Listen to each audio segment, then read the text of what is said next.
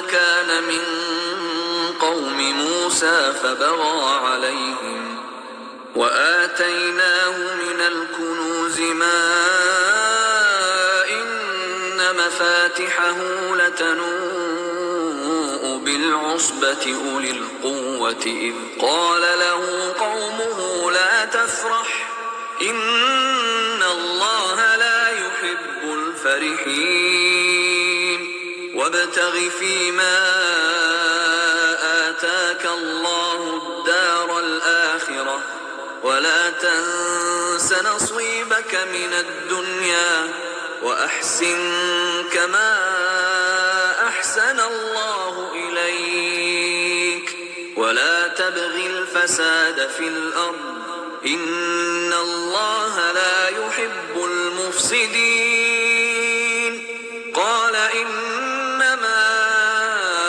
أوتيته على علم عندي أولم يعلم أن الله قد أهلك من قبله من القرون من هو أشد منه قوة وأكثر جمعا ولا يسأل عن ذنوبهم المجرمون فخرج على قومه في زينته قال الذين يريدون الحياة الدنيا يا ليت لنا مثل ما أوتي قارون إنه لذو حظ عظيم وقال الذين أوتوا العلم ويلكم ثواب الله خير لمن آمن وعمل صالحا ولا يلقاها إلا الصابرون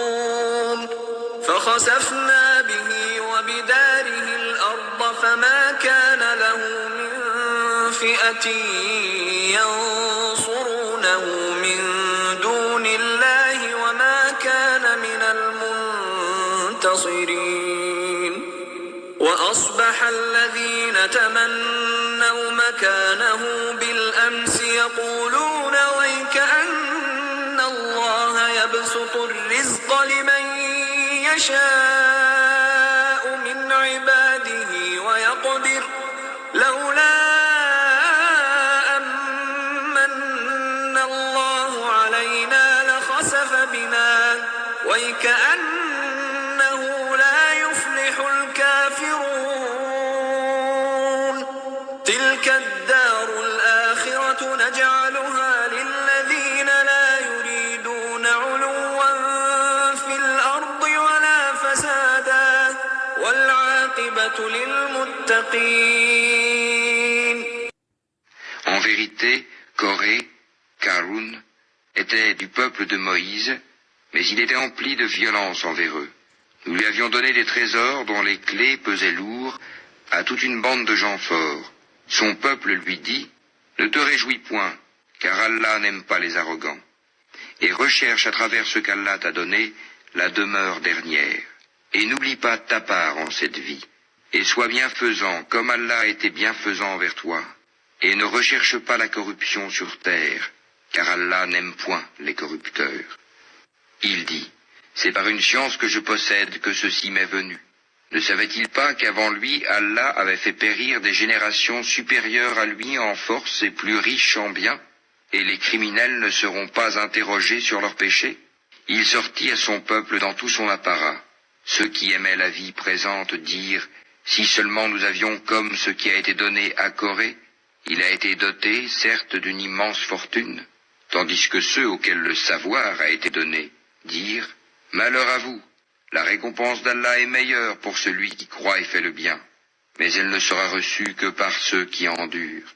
Nous fîmes donc que la terre l'engloutit, lui et sa maison, aucun clan en dehors d'Allah ne fut là pour le secourir, et il ne put se secourir lui-même.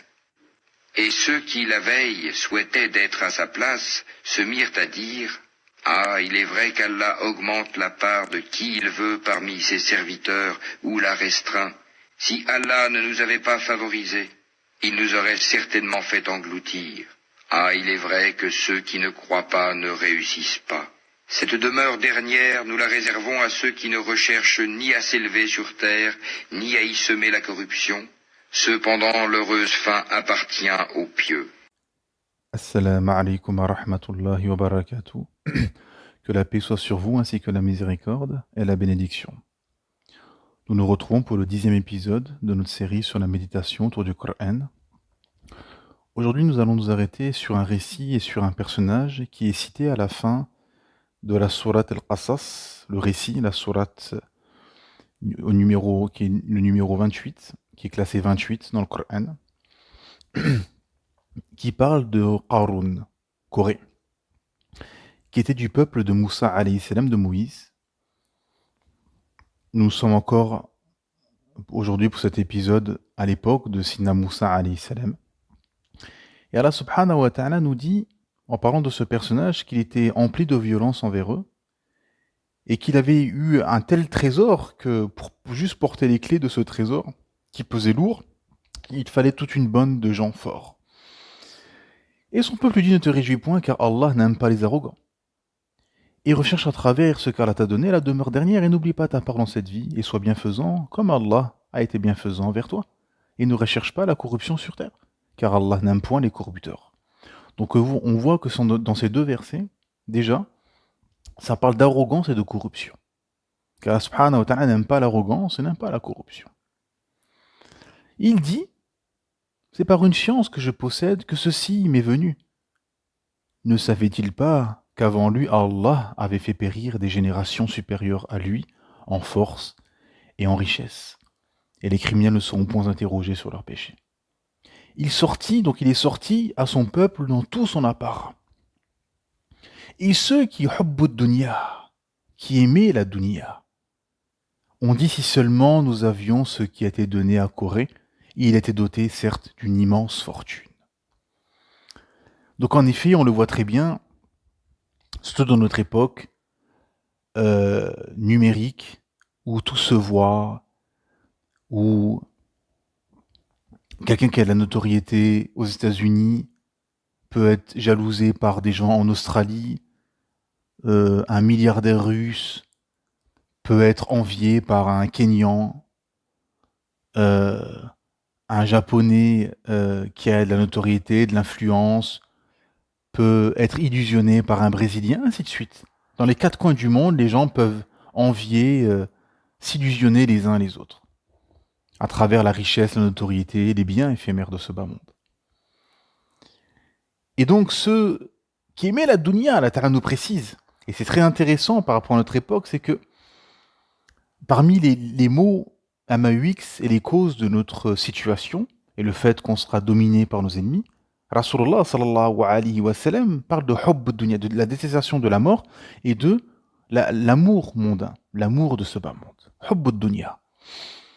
Et en effet, plus la personne va aimer cette dunya, plus elle va être illusionnée, faible dans sa religiosité, dominée, et ainsi de suite. Et le verset d'après, et donc ils l'ont envié. Il dit: si seulement nous avions comme ce qui a été donné à Corée. Il était doté certes d'une immense fortune. Donc ceux qui aiment la dunya, ils vont envier les gens de la dunya, les gens qui ont l'argent, la richesse, le pouvoir, etc. Mais le verset d'après, tandis que ceux auxquels le savoir a été donné dirent: malheur à vous, la récompense d'Allah est meilleure pour celui qui croit et fait le bien, mais elle ne sera reçue que par ceux qui endurent. Allahu Akbar. On a trois éléments que disent les gens qui ont du ilm. Les gens à qui Allah Ta'ala a donné l'ilm ont donné trois éléments. On dit: malheur à vous, la récompense d'Allah est meilleure. Donc ils leur disent: malheur à vous. C'est un malheur d'être dans cette situation, d'aimer la dunya et d'envier les gens de la dunya, les gens qui ont de la richesse. La récompense d'Allah est bien meilleure. Ce qui nous attend auprès d'Allah subhanahu wa ta'ala est bien aimé et bien meilleur que ce bas monde. Pour celui qui quoi? Pour celui qui croit et fait le bien. Amanu wa amilu salihat. Ceux qui croient et fait le bien. Elle ne sera pas reçue que par ceux qui endurent. Ceux qui croient, ceux qui font le bien et ceux qui endurent. Trois éléments. Juste dans ce seul verset, on voit trois éléments. Trois éléments du croyant, du pieux. Qui croit, il fait le bien et il endure. Et ensuite, le verset d'après, nous filme que la terre l'engloutit. Et ensuite, il a été englouti. Lui, sa maison, aucun clan en dehors d'Allah ne fut là pour le secourir, et il ne put se secourir lui-même. Et c'est là qu'on voit l'illusion, en fait. C'est-à-dire que cette personne qui avait de la richesse, trésors, tellement énormes que juste les clés de ces trésors, il fallait plusieurs personnes fortes pour les porter. Ah ben, il a été englouti par la terre et il n'a pu se secourir lui-même. Et tout ce qu'il possédait n'a pas pu, et aucun clan n'a pu le secourir. Car quand l'ordre d'Allah Ta'ala descend, personne ne peut rien faire. C'est Allah Ta'ala qui décide. Le verset d'après, verset 82, et ceux qui la veillent, et c'est pour ça que le croyant, celui qui a l'ilm, et qui a l'ilm, qui a la science, et qui vient la sagesse et le discernement et la compréhension et la clairvoyance vient avec, aura toujours un temps d'avance sur les autres, mes frères et sœurs. C'est très important à comprendre. Le croyant aura toujours un temps d'avance. Ce n'est pas normal que le croyant qui a de la science, qui a de la clairvoyance, du discernement, ait un temps de retard sur l'incroyant ou sur le croyant faible. Non, c'est le contraire, c'est le croyant qui doit avoir un temps d'avance. Et c'est ce qui a toujours été. Dans le monde, quand on avait l'empire musulman qui était un phare de science, un phare de propagation de la vérité, les croyants avaient un temps d'avance sur le reste du monde. Et donc, ceux qui aiment la dunya, qui sont illusionnés par ce bas monde, qui adulent les gens de la dunya, les gens qui ont de l'argent, de la notoriété, du pouvoir, eux auront toujours un temps de retard, en effet. Et ceux qui la veille souhaitaient être à sa place, se mirent à dire « Ah, il est vrai qu'Allah augmente la part de qui il veut et la restreint parmi ses serviteurs, ou la restreint. » Et en effet, c'est-à-dire que, et beaucoup se font avoir, c'est-à-dire que se font illusionner finalement en pensant consciemment ou inconsciemment que celui qui a la richesse, celui qui a des trésors, est aimé d'Allah. Et celui qui n'a pas d'argent, qui est serré, est détesté d'Allah. Au contraire, c'est le contraire. Dans beaucoup de cas. C'est qu'Allah Ta'ala éprouve ceux qu'il aime. Et Allah Ta'ala, parfois, quand, dans un autre verset, Allah parle de celui qui s'est détourné de lui, de sa religion, il lui a ouvert voie à toutes choses dans ce bas monde. Allah Ta'ala donne la richesse, le pouvoir, la notoriété et tout, comme punition, qui sera une cause d'égarement, en fait, d'illusion, que la personne va s'illusionner lui-même, va être illusionné par les biens, par ce qu'il possède, par la notoriété, par les gens qui l'adulent autour de lui, et ça va le perdre, ça va l'égarer. Et que parfois, la personne, elle est serrée, les fins du mois sont difficiles, une facture de 50 €, il tremble, mais il est aimé auprès d'Allah subhanahu wa ta'ala. Pourquoi ? Parce que ce qu'il faut comprendre, c'est que la richesse, les biens de ce bas monde, Allah Ta'ala la donne à celui qui l'aime et à celui qui ne l'aime pas. Allah Ta'ala la donne à son allié comme à son ennemi. Par contre, El-Huda l'a guidé.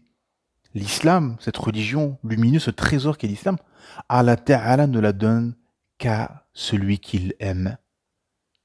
Si vous avez cet islam, c'est qu'Allah il vous aime. Et c'est un don d'Allah subhanahu wa ta'ala qui donne qu'à ceux qui l'aiment. Allah Ta'ala ne donnera jamais ceci à celui qui n'aime pas. Les proches des prophètes n'ont pas eu cette lumière, parce qu'ils n'étaient pas aimés par Allah subhanahu wa ta'ala. Mais pas l'amour que ressent l'humain. L'humain aime comme ça par émotion, passion, aime ou n'aime pas peut-être par émotion, passion. Non, chez Allah Ta'ala, c'est par science, par sagesse, par beaucoup d'éléments profonds en fait. Qu'Allah Ta'ala connaît les cœurs, sait qu'est-ce qu'il y a dans le cœur, c'est ce que la personne a comme intention dans ce bas monde. La corruption, s'enorgueillir, être arrogant, comme on l'a entendu dans les versets juste avant, ou bien faire le bien, croire, faire des bonnes œuvres et être endurant, comme les versets juste après. Et on continue le verset 82. Si Allah ne nous avait pas favorisés, donc ceux qui la veille souhaitaient être à sa place, si Allah ne nous avait pas favorisés, il nous aurait certainement fait engloutir. Bien évidemment, parce qu'ils ont pu voir ça. Ils ont pu voir que finalement tout ceci n'était qu'une illusion, mes frères et sœurs. Qu'il est sorti dans tout son apparat, Qarun, Et toute cette richesse, finalement, n'a servi à rien. Toute cette richesse ne lui a pas servi lorsqu'il a été englouti dans la terre. Mais pour savoir ceci, et c'est là qu'on voit l'illusion et le temps d'avance, pour savoir ceci, pour ceux qui aimaient la dunya et qui adulaient cette personne, il a fallu voir et assister à cette scène pour le comprendre. Mais ceux qui avaient l'ilm, comme le dit le verset juste après, qui avaient la science, qui ont perçu la réalité de ce bas monde, qui perçoivent la réalité de ce bas monde, eux, et qui ont un temps d'avance, eux le savaient, ils n'ont pas besoin de voir ça. Comme Ali ibn Abi Talib qui disait, si j'aurais le paradis et l'enfer en face de moi, ça ne changerait rien à ma foi. Ma foi serait toujours là où elle est. Pourquoi? Parce que pour le croyant, tout ceci c'est acté, c'est validé. Il n'a pas besoin de voir, d'assister à ces choses pour comprendre et pour être sûr. Non, non, non. Alhamdulillah, il sait très bien. Pour ceux qui avaient l'ilm, ils savaient que tout ceci n'était qu'une illusion. Et qu'ensuite Qarun a été englouti, c'était qu'une confirmation de ce qu'il savait, de ce trésor, de cette science de la révélation qu'ils avaient en amont, au fond de leur poitrine.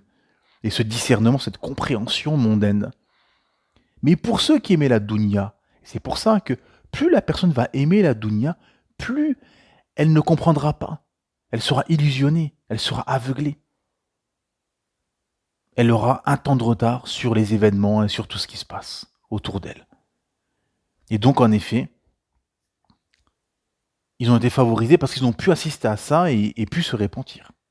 Ah, il est vrai que ceux qui ne croient pas ne réussissent pas. En effet, ceux qui ne croient pas ne réussissent pas. Et enfin, cet enchaînement de versets qu'on a entendu réciter au début de cette intervention se conclut par le verset 83, magistral, où Allah Ta'ala nous dit, traduction dans le sens, « Cette demeure dernière, nous la réservons à ceux qui ne recherchent ni à s'élever sur terre, ni à y semer la corruption. Cependant, l'heureuse fin appartient aux pieux, el-muttaqin. » Magistral. Beaucoup d'éléments dans ce passage coranique, dans l'histoire de ce personnage Qarun, qui finalement est l'histoire de millions de personnes. Cette personne qui s'enorgueillit parce qu'il a de l'autorité, du pouvoir, de l'argent, et ceux qui aimaient la dunya, qui l'ont adulé, c'est l'histoire de millions, de milliards de personnes aussi. Surtout à notre époque numérique, Internet, où tout se sait, tout se voit, avec la starification des gens. Les gens sont illusionnés. En fait, c'est une question de conscientisation mondaine et d'illusion mondaine, en fait. C'est-à-dire que ou bien tu es dans l'illusion, tu es dans le rafla, dans l'insouciance, et tu ne comprends pas ce qui se passe. Allah Ta'ala parle des insouciants comme des animaux. Au verset 179 de la sourate 7, où Allah Ta'ala parle de ceux qui ils ont des cœurs mais ne comprennent pas, ils ont des yeux mais ne voient pas, ils ont des oreilles mais n'entendent point. Ceux-là sont comme les bestiaux, même plus égarés encore, tels sont les insouciants, el-Rafirun. En effet, l'insouciance est un virus, on avait fait une intervention il y a quelques mois par rapport à ceci, en expliquant qu'en effet, l'insouciance est un virus qui est terrible, en fait, qui ronge la personne, qui relativise tout, qui prend... qui est dans l'inversion des valeurs finalement, qui prend ce bas monde au sérieux, et les gens de ce bas monde au sérieux, et qui prend la révélation pas au sérieux finalement. Et l'inverse de l'insouciance, c'est la conscientisation. Et quand on conscientise son passage sur Terre, qu'on est dans la science de la révélation, qu'on a la sagesse, la compréhension, qu'on discerne, et qu'on a cette clairvoyance, mes frères et sœurs, on aura un temps d'avance sur les autres, et on comprendra que tout ceci, tous ces gens connus, toute cette richesse, tous ces biens éphémères, c'est qu'une illusion. Ces soirées dans les yachts, les gens passent des soirées dans les yachts à faire des fêtes dans les châteaux, sur des îles, les bolides à 200, 300 000 euros, les briques d'or, la richesse, tout ceci n'est qu'une illusion. C'est qu'une illusion, pourquoi? Parce que tout le monde va laisser ceci. Dans 100 ans, tous les gens que vous connaissez autour de vous auront disparu. Et ils partiront avec quoi? Avec seulement ce qu'ils ont fait comme acte et comme œuvre. On est sorti du ventre de nos mères, on n'avait rien dans nos mains, on rentrera dans notre tombe, on n'aura rien dans nos mains. Qu'est-ce qui va venir avec nous? Nos actes. Qu'est-ce qui a occupé nos cœurs, nos esprits, nos âmes? Tout ce qu'on a fait. Abandonnez ce qui sera néfaste pour vous et qui sera un argument contre vous dans votre tombe, et vous allez voir, vous allez gagner un temps d'avance. Et vous allez faire vite le tri. Si tout ce que vous allez faire comme acte, tout ce que vous allez dire comme parole, sera contre vous, eh bien, il faut travailler pour abandonner ceci. Il faut l'abandonner, travailler pour abandonner ceci. Et là, on conscientise notre passage sur Terre. Et si, à l'inverse, on sait que ceci, ça va être un argument pour nous, ah ben, alhamdulillah, on le fait.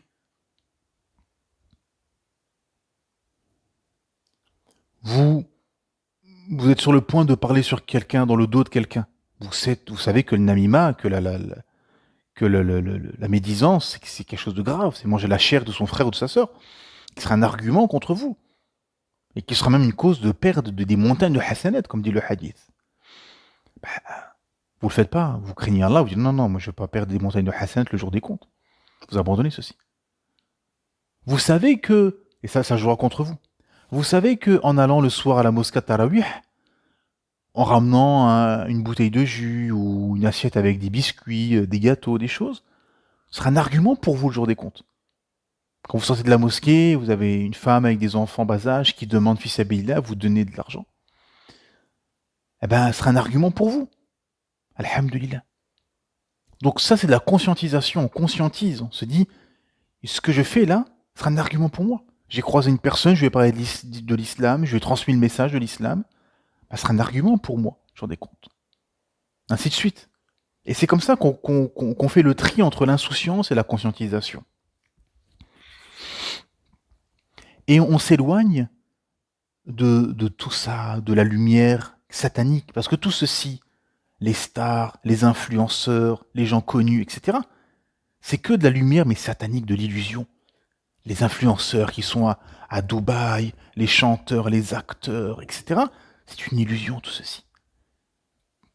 Et le croyant, il sait que tout ceci n'est qu'une illusion. Et que tous ces gens tomberont un jour ou l'autre. C'est juste une question de temps. On entend tel influenceur, il lui est arrivé ceci, il s'est craché. Tel acteur, il est dans les affaires judiciaires parce qu'il a été accusé d'eux, etc. Mais comme on dit, on le voit gros. Le croyant qui est clairvoyant, il le voit gros, arriver gros comme une maison. C'est très bien. Que tout ceci, ça ne va pas durer. Que ces criminels qui tuent nos frères et nos sœurs, qui ont repris le massacre en Palestine, eh ben, ça ne durera pas éternellement. Parce que la conscientisation, c'est se dire que le jour du jugement, on va revenir à notre état premier. Ça veut dire, peu importe, nos corps vont être en décomposition ensuite quand on mourra, on sera poussière, mais on va revenir à notre état premier. Tous les mujrimines, les criminels, ceux qui ont été assassinés, les shuhada, etc., les martyrs, on sera tous devant Allah subhanahu wa ta'ala le jour des comptes. Et là, le jugement qui va durer 50 000 ans. Ceux qui ont été martyrisés, qui sont morts shahid, alhamdulillah, il y a le paradis qui les attend. Mais ceux qui les ont torturés, qui les ont massacrés, le jour des comptes, qui va être long, terrible, et l'enfer qui les attend s'ils ne se répandent pas. Ça, c'est de la conscientisation, c'est donc de la compréhension. Qu'ils peuvent tuer, massacrer, c'est rien. Les gens dans Ashab al-Ukhdud, dans la sourate Al-Buruj, ils ont été jetés dans le feu. Mais alhamdulillah, ça a été un succès, un énorme succès pour eux.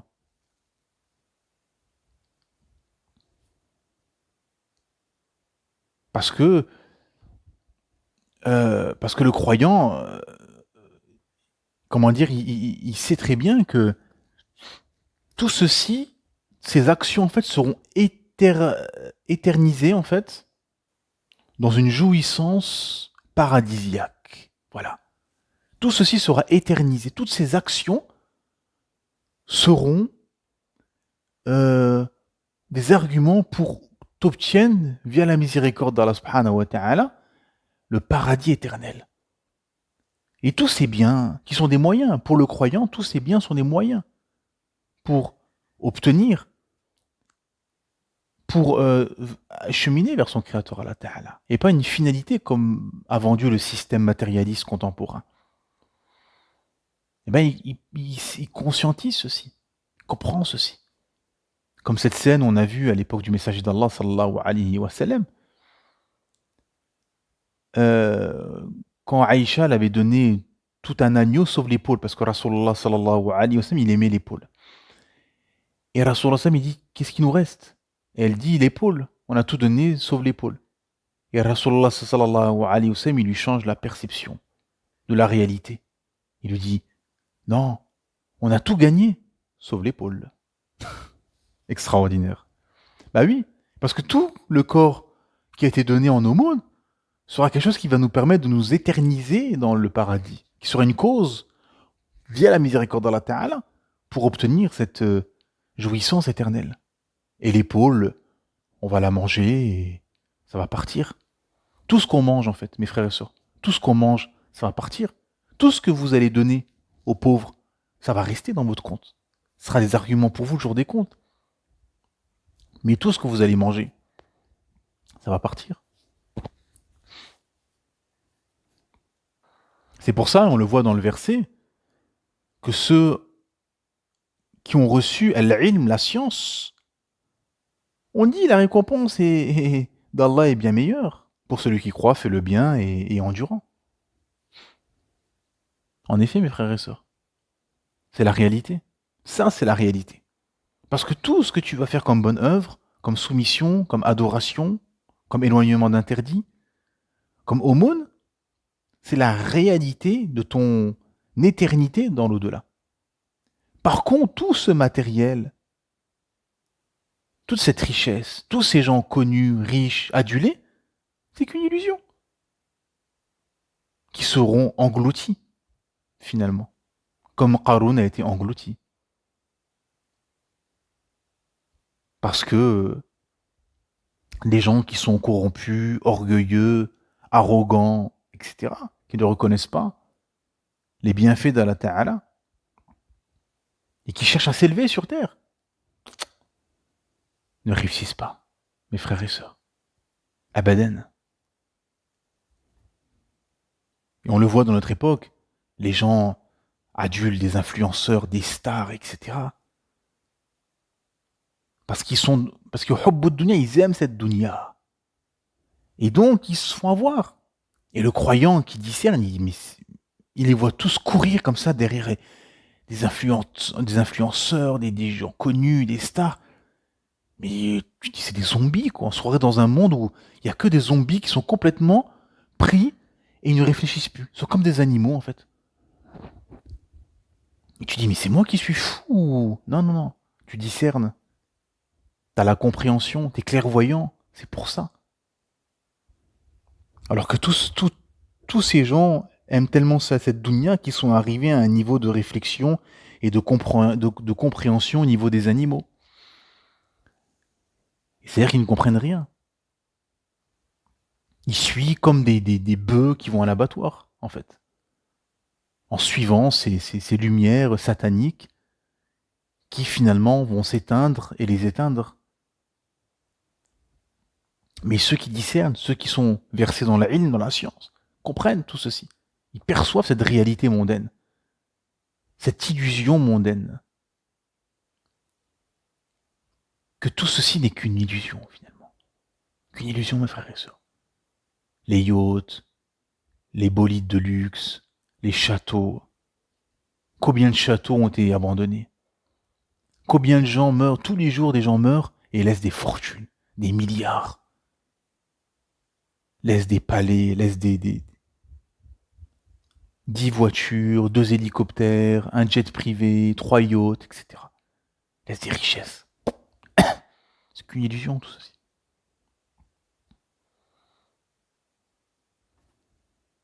C'est pour ça que le vrai cadeau d'Allah Ta'ala, cette science religieuse et cette compréhension, ce discernement, al-Furqan, al-Basira, la clairvoyance, le discernement, ça te permet d'avoir un temps d'avance et de voir que ça va pas durer longtemps, toute cette histoire, tout ce sketch.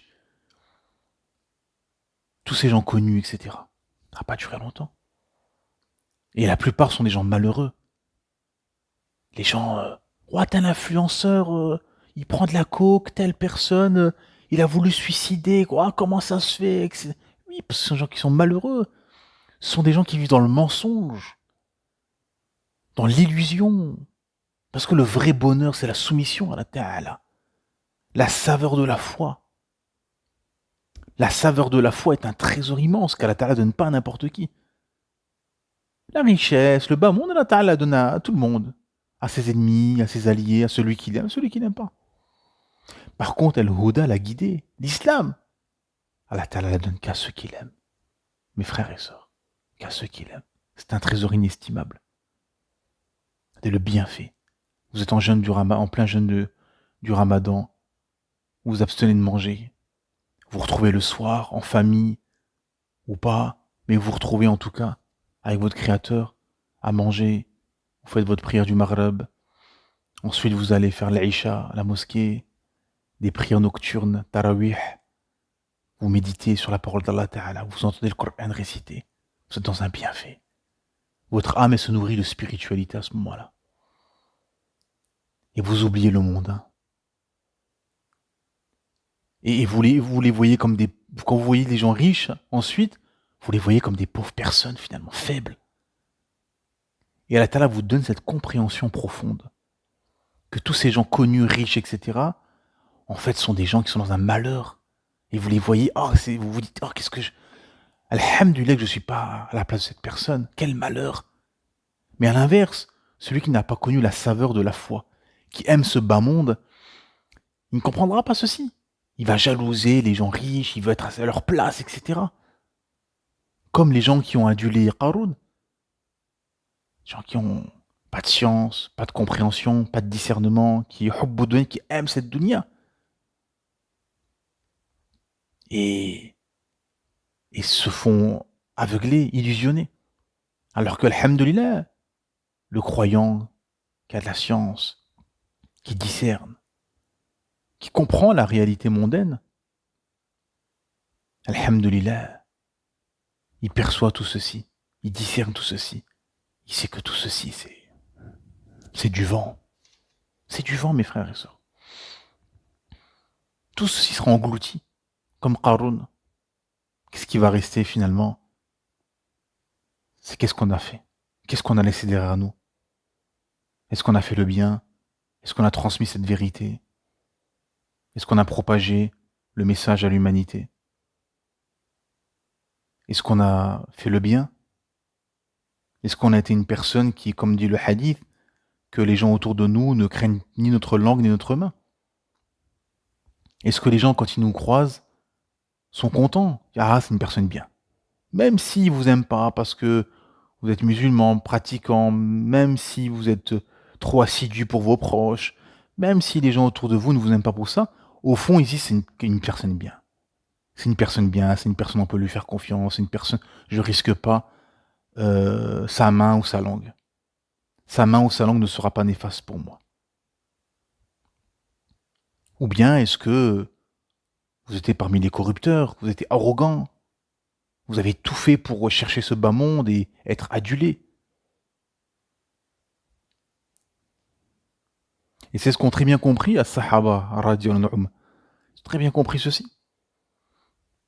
Ils ont compris que tout ce mondain n'était qu'une illusion, en fait. C'est pour ça qu'ils donnaient leur richesse.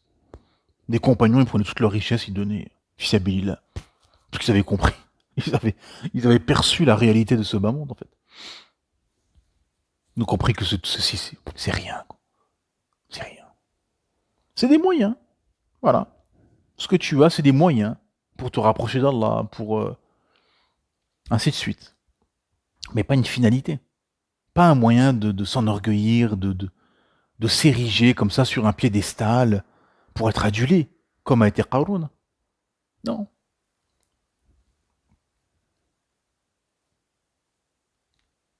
On entend parfois des gens qui étaient connus dans les années 60, 70, 80, et ensuite ils ont disparu des radars, plus de nouvelles. Telle personne est décédée. Oh. Et tout d'un coup, ils ressortent, si c'est un chanteur, ses clips, ses concerts. Si c'était un acteur, il ressort des scènes de films. Si c'était un politicien, il ressort des moments, des événements de sa vie, des débats qu'il a eus, des conférences qu'il a fait, des petites phrases qu'il a sorties, etc. Et les gens parlent de cette personne pendant un jour, 2 jours, 3 jours, une semaine. Ah oui, ouah, telle personne est décédée. Ah oui, ah ouais, ah il était connu, c'était une star. Ouah, et il montre, regardez, dans les années 80, il faisait la une des journaux, etc. Il était invité partout et tout. Ah ouais, ouais, après plus de nouvelles, rien. Ah, il a vieilli, hein. Ah, était tout vieux, hein. Et il est mort. Et on voit son cercueil comme ça sortir d'une église. Et, et ensuite, les gens parlent pendant quelques jours, une semaine, et après, c'est fini. Ils parlent plus de la personne. Elle est partie. Elle aux oubliettes. Salam alaikum. Subhanallah. Mais le croyant qui a l'ilm, qui perçoit cette réalité, il sait que ça va finir comme ça. La personne, elle va être dans les oubliettes, elle va mourir, et salam alaikum. C'est fini. Mais ceux qui aiment la dunya, ah oui. Ah ouais, regarde, la personne, elle est partie. Pourquoi? Parce que ceux qui ont un temps de retard, en fait, il leur faut un exemple pour comprendre ceci, pour percevoir cette réalité qui ne peut être perçue que par ceux qui discernent et qui ont la science de la révélation, qui est un savoir immense. Cette révélation, mes frères et sœurs, cet islam, c'est un savoir immense, c'est une lumière qui vous permet de voir dans l'obscurité. Et ceux qui aiment la dunya, plus les gens vont pencher vers cette dunya, plus ils ne percevront pas cette réalité et seront illusionnés par ce bas monde. Ils ne comprendront pas en fait. Et comme les gens dans le verset, il leur faut un exemple, il leur faut voir Qarun englouti pour comprendre, ah oui, c'est vrai que, etc., etc. Et là, c'est pareil. Et on voit finalement, quand la personne part, laisse des milliards, laisse un patrimoine derrière lui ou elle, qu'en fait, ouais, c'est quoi ce bas monde? Les gens se disent, mais qu'est-ce que c'est que cette dunya en fait? On va tout laisser. Bah oui, parce que ce bas monde, finalement, les gens qui recherchent ce bas monde, ils recherchent un paradis perdu, un paradis illusoire. Le vrai paradis des Allah Ta'ala. Elle est là la réalité. Et c'est le défi et l'examen de ce bas monde. Parce que les gens oublient, mais on est en plein examen. Et il faudra rendre la copie le jour des comptes. C'est qu'un examen, mes frères, sur ce bas monde. Tout est un test. Ta richesse est un test. Ta pauvreté est un test. Ta santé est un test. Ta maladie est un examen. On est testé tout le temps, peu importe ta situation. Le test est permanent. L'examen est permanent. Comment on va réagir? Qu'est-ce qu'on va faire? Qu'est-ce qu'on va entreprendre? Il se passe ça dans notre vie. Qu'est-ce qu'on va faire? Et qu'est-ce qu'on va choisir? Et les choix. Et tout est un examen, mes frères et sœurs. Et ces gens-là, ces lumières sataniques, ces influenceurs, ces chanteurs, ces acteurs, etc., sont des gens qui sont comme ça, comme des LED, comme des diodes lumineuses, qui appellent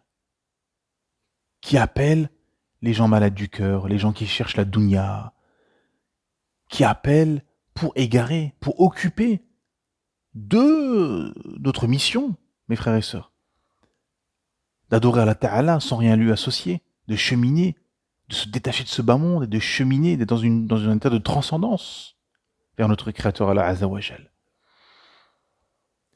Et bien évidemment, ceux qui aiment cette dunya vont se faire happer. Et vont se faire voler leur temps, leur énergie, leur espoir. Mais pas ceux qui ont l'ilm, qui ont la science, qui discernent, qui comprennent la réalité mondaine et qui agissent en conséquence. Car en effet, cette demeure dernière, Allah la réserve à ceux qui ne recherchent ni à s'élever sur terre, ni à semer la corruption.